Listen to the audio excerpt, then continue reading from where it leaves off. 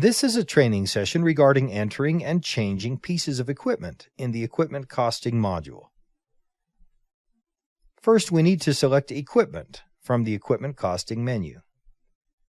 This is where we enter new pieces of equipment and edit the attributes of existing pieces of equipment. The first thing we see is a list of all the existing pieces of equipment listed alphabetically by equipment ID or alphabetically by description. We can select one of these items and click on the Change button. This screen comes into view. We can now enter an ID number, a description, a vehicle identification number or VIN, and a class code. This is a user-definable code that you can use to classify your equipment into such categories as heavy or light truck or passenger vehicle or other different types of equipment. Next is the location of the equipment, the license plate number, and the license code.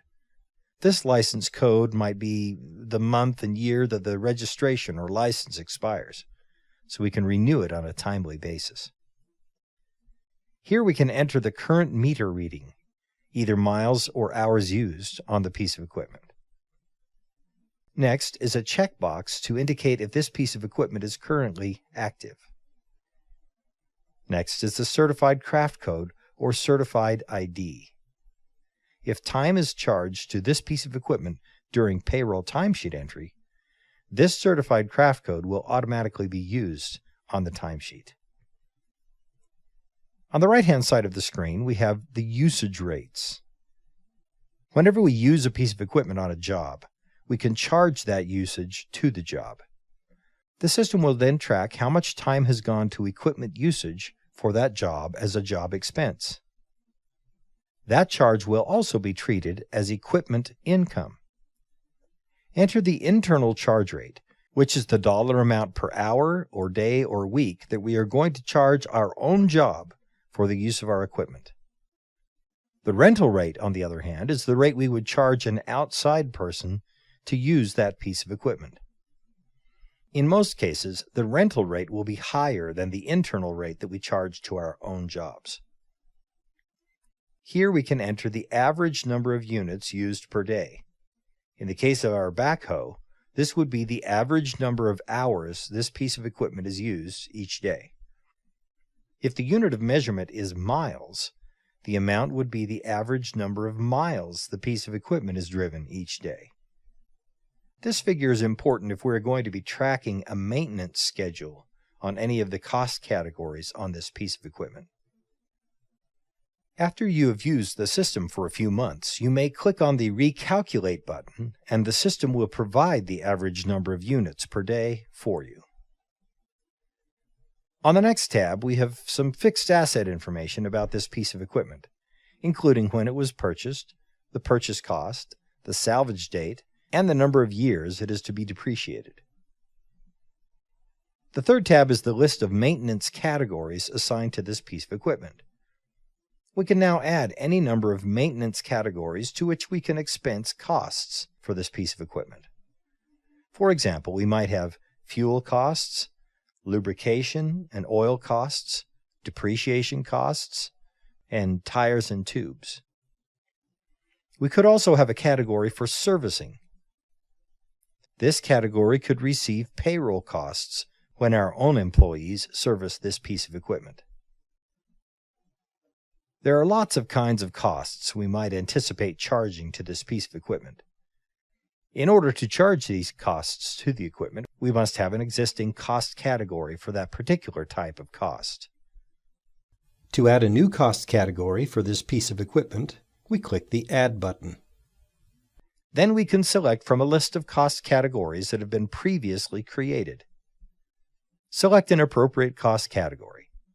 The unit name and expense account will be inserted automatically. Then we click on the OK button, and this new category will be added to our list box. We then see on the list box some information about cumulative costs, year-to-date, and month-to-date costs for each category.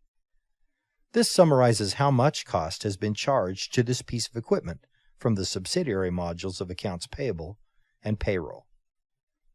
At the bottom of the screen, we have totals for the amount of income that has been generated by this particular piece of equipment. In other words, how much it was used on our own jobs or rented to outside companies. The dollar value of that usage is indicated here.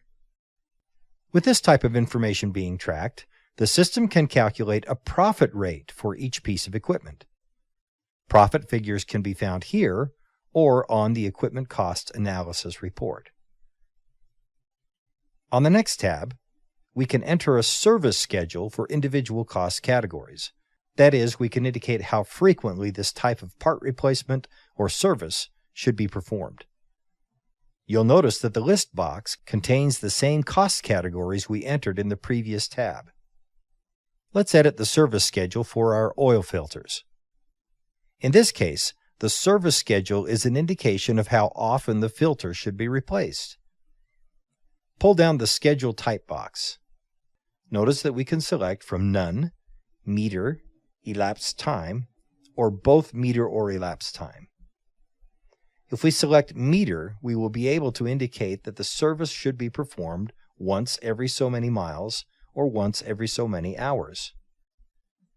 If we select Elapsed Time, we will be able to indicate how often, measured in days or months, the service should be performed.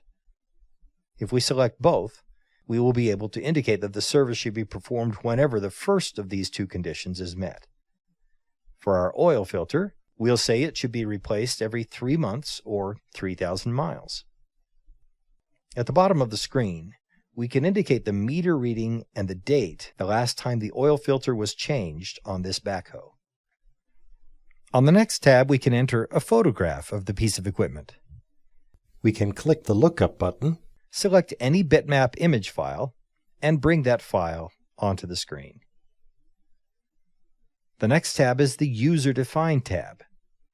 In this tab, we can enter up to 15 different fields of information on each piece of equipment, which have a common label or category on all pieces of equipment. For example, if we wish to create a category called Color, we click on the Edit Prompts checkbox and type in Color. We can then click again on the Edit Prompts checkbox, and the category has now been changed. At this point, we can enter the color of this piece of equipment.